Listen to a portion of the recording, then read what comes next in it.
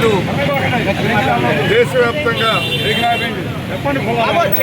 కేంద్ర ప్రభుత్వం ఇచ్చిన పెట్రోలు డీజిల్ గ్యాస్ ధరలను నిరసిస్తూ అలాగే కేంద్ర రాష్ట్ర ప్రభుత్వాలు అనుసరిస్తున్న ప్రజా వ్యతిరేక విధానాలను నిరసిస్తూ ధర్నా చేపట్టాం. మనందరికీ తెలుసు, ఈరోజు నరేంద్ర మోడీ గారు అధికారంలో రాకముందు 70 రూపాయలు ఉన్న పెట్రోల్ అధికారంలోకి వచ్చే ముందు ఎన్ని మాయమాటలు చెప్పారు. ఈరోజు పెట్రోలు డీజిల్ ధరలు విపరీతంగా పెరగడం వలన నిత్యావసర వస్తువుల ధరలన్నీ కూడా విపరీతంగా పెరిగి సామాన్య మానవుడు జీవితం దుర్భరమైపోతున్న నేపథ్యంలో ఈరోజు ఎవరైతే ప్రభుత్వ విధానాలను విమర్శిస్తున్నారో, ప్రభుత్వం తమ విధానాలను మార్చుకోవాలంటున్నారో మరి అందరినీ దేశద్రోహులుగా ముద్రించడం, ఈ దేశంలో వారి యొక్క వైఫల్యానికి, మోడీ ప్రభుత్వ పరిపాలన వైఫల్యానికి ఎవరు కారణం అంటే 70 సంవత్సరాల కింద పరిపాలించిన నెహ్రూని కారణంగా చెప్తున్నారు.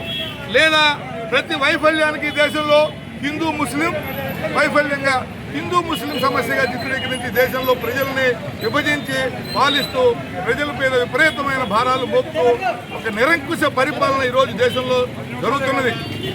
ప్రజలు గతంలో చూస్తున్నాం. ఈరోజు నరేంద్ర మోడీ గారి అధికారంలో వచ్చాక వరుసగా విద్యార్థులు, ఈరోజు 12th క్లాస్ విద్యార్థులు దేశవ్యాప్తంగా నిరసన చేస్తున్నారు. నీట్ పరీక్ష అంటే ఈ దేశంలో కనీసం విద్యా వ్యవస్థని కూడా నడపలేని అసమర్థ ప్రభుత్వం కేంద్రంలో నరేంద్ర మోడీ నాయకత్వంలో ఉన్నది. మేము అధికారంలోకి వస్తే వికాస్ అన్నారు. ఎవరు వికాసం జరిగింది?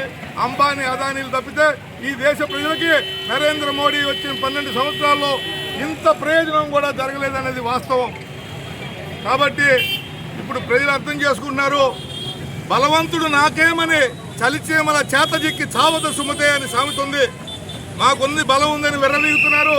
ఈరోజు బొద్దింకల రూపంలో యువత నరేంద్ర మోడీ ప్రభుత్వాన్ని ప్రశ్నిస్తున్నాయి. ఇది సామాన్య విషయం కాదు. దావాలనంలాగా అసంతృప్తి ప్రజల్లో రాజుకుంటోంది. ఈ అసంతృప్తికి త్వరలోనే నరేంద్ర మోడీ ప్రభుత్వానికి చరమాంకం పలకబోతున్నారు.